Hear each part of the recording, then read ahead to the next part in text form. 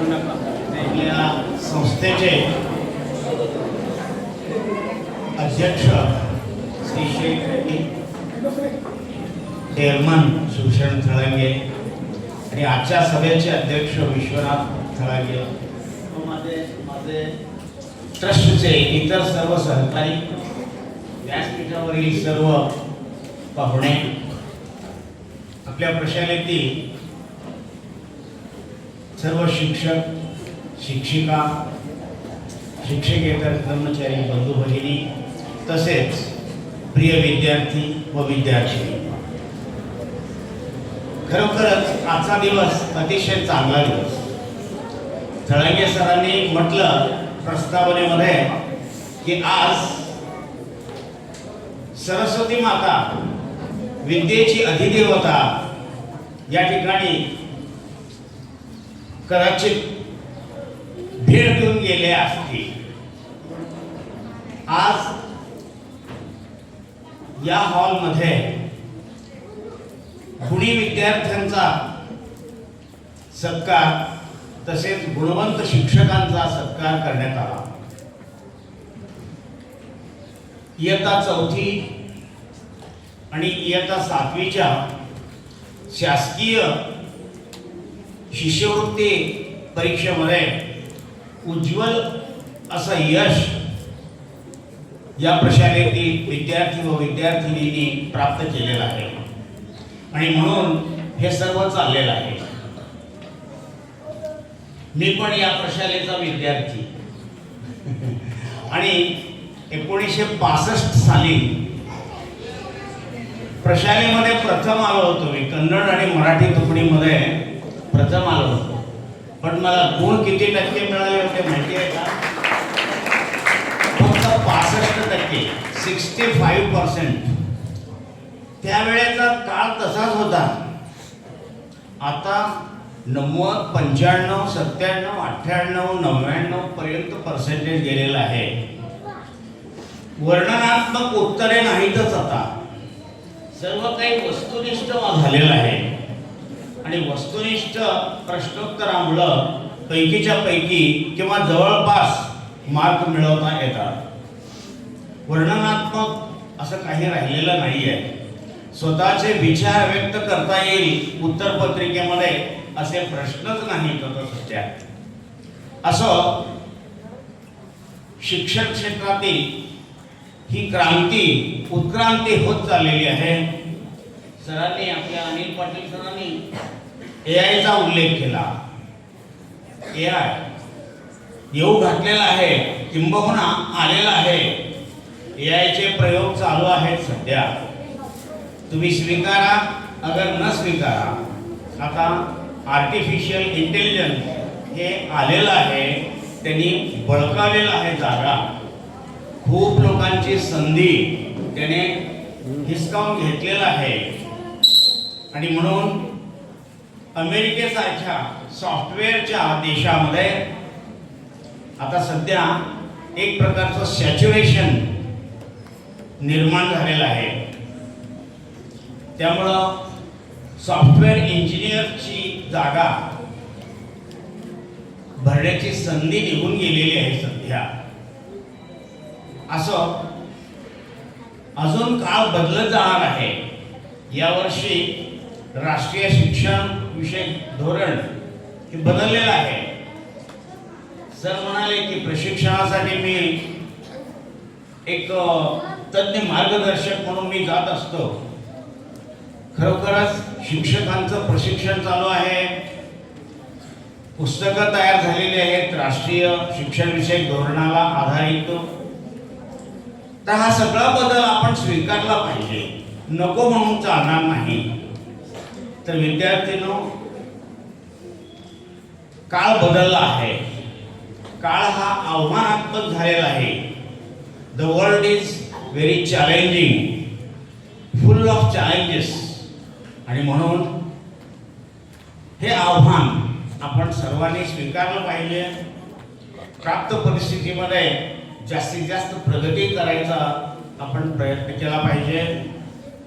तर आज खूप आनंद वाटला की एवढ्या बहुसंख्य विद्यार्थ्यांना शिष्यवृत्ती परीक्षेमध्ये अत्यंत चांगलं असं यश संपादन झालेलं आहे. म्हणून या सर्व विद्यार्थ्यांचं मी हार्दिक अभिनंदन करतो.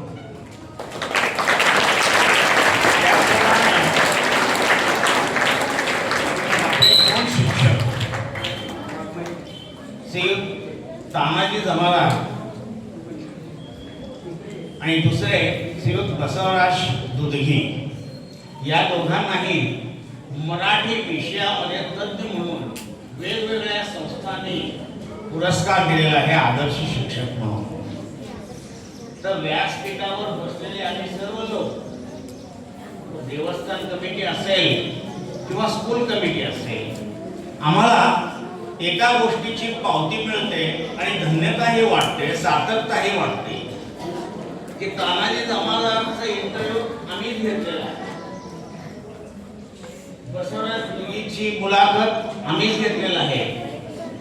मग आमच्या मुलाखतीतून असे गुणवंत शिक्षक निर्माण होतात. आम्ही काही बोगस भरती केली नाही. अत्यंत चाणाक्ष, सेन्स ऑफ ह्युमर म्हणजे अत्यंत जागृत असले, तात्काळ उत्तर देणारे असे शिक्षकच आम्ही निवडलेले आहेत. याबद्दल आम्हाला पावती मिळते. या दोघांना तर वेगवेगळ्या संस्थांनी, मग वेळापूर सोसायटी असेल, सोलापूर जिल्हा मराठी अध्यापक मंडळ असेल, या दोघांना जरी पुरस्कार दिलेला आहे हे तर आपण दृश्य बघतोच, पण आपल्या प्रशालेतील सर्व शिक्षक आणि शिक्षिका यांच्याच दर्जाचे किंवा वरचढच आहेत, सर्व आदर्शच आहेत असं मला वाटतं. तेव्हा आपल्या प्रशालेमध्ये अत्यंत गुणी शिक्षकांना मान सन्मान मिळतो, त्यांना नोकरीची संधी मिळते आणि जमादार सरांनी म्हटल्याप्रमाणे संस्था सुद्धा तुम्हाला पाहिजे ते सर्व अनुकूलता, फिल्टर पाणी म्हणा किंवा कंपाऊंड वॉलचा त्यांनी उल्लेख केला, कंपाऊंड वॉल करून दिलं, आणखीन जे जिम्नॅजियम आहे, सर्व सुविधा आहेत त्या ठिकाणी. तेव्हा या प्रशालेमध्ये शिकायला म्हणून आलेले जे विद्यार्थी आहेत ते अत्यंत सुदैवी आहेत. आत्ताच काही तीर्थच्या, हालचिंचोळीच्या विद्यार्थ्यांचं नाव या ठिकाणी येऊन गेलं. कर्जतचे विद्यार्थी होते, म्हणजे सराउंडिंग फीडिंग स्कूल जे आहेत त्या ठिकाणी विद्यार्थी पाठवणाऱ्या ज्या शाळा आहेत परगावचे, त्यांना अत्यंत स्वागतपूर्वक आपण या ठिकाणी प्रवेश दिलेला आहे आणि त्यांनीही भरपूर प्रगती साधावी आणि नाव आपल्या प्रशालेचं प्रसिद्ध करावं अशी मी आशा बाळगतो. त्याचप्रमाणे शिक्षक सुद्धा अत्यंत पात्र आहेत. मलाही एक असंच आव्हान मिळालं होतं. 1996 मध्ये जिल्हा परिषदेने मला आदर्श शिक्षक म्हणून पुरस्कार दिला, गौरव केला. तेव्हा आमच्या बरोबर त्यावेळेला मी शिक्षक होतो. 1996 ची गोष्ट मी सांगतो. माननीय बागलकोटी सर हे मुख्याध्यापक होते आणि कदाचित चंशेटी सर हे पर्यवेक्षक होते. त्यावेळेला मी साधा असिस्टंट शिक्षक होतो. मला पुरस्कार मिळाला होता. आमचे एक संस्था चालक शंभुलिंग कैलासवासी शंभुलिंग कुर्ले म्हणून होते. तर त्यांनी म्हटलं होतं मला, ಅಲ್ಲಿ ಪ್ಯಾಟಿಸರ್ ನೀವು आदर्श शिक्षक ಇದ್ದೀರಿ ಎಲ್ಲ ಮಾಡಿರಿ ಮತ್ತು ಸಾಲಿ ರಿಸಲ್ಟ್ थोडे कम अनसलगत असं ते म्हणाले. ठीक आहे ना, मी तुमचं आव्हान स्वीकारतो आणि शाळेचा सर्वोत्कृष्ट निकाल लावून दाखवतो म्हणून मी त्यांना सांगितलं. मी मुख्याध्यापक झालो 2001 मध्ये. तेव्हा शाळा गावात होती. 2002 मध्ये आम्ही त्या नवीन प्रांगणामध्ये आलो इमारत तयार करून. 2003 चा आपल्या शाळेचा निकाल 93% लागला आणि 2004चा निकाल 100% लागला यशस्वी.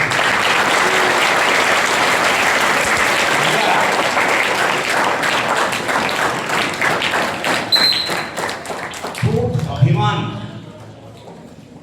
वाटतं या संस्थेमध्ये खरोखरच तज्ञ जे बसलेले आहेत संचालक मंडळातील, आम्ही पगार घेतो आणि शिकवतो, संस्थेचं काम करतो, ते बिनपगारी आहेत पण तरी सुद्धा वेळेवर येतात, लक्ष घालतात, प्रशालेच्या जडणघडणामध्ये त्यांचा सिंहाचा वाटा असतो.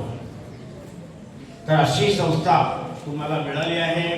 संस्थेमध्ये उत्तरोत्तर प्रगती होत आहे. मग क्रीडा क्षेत्र असो, कला क्षेत्र असो,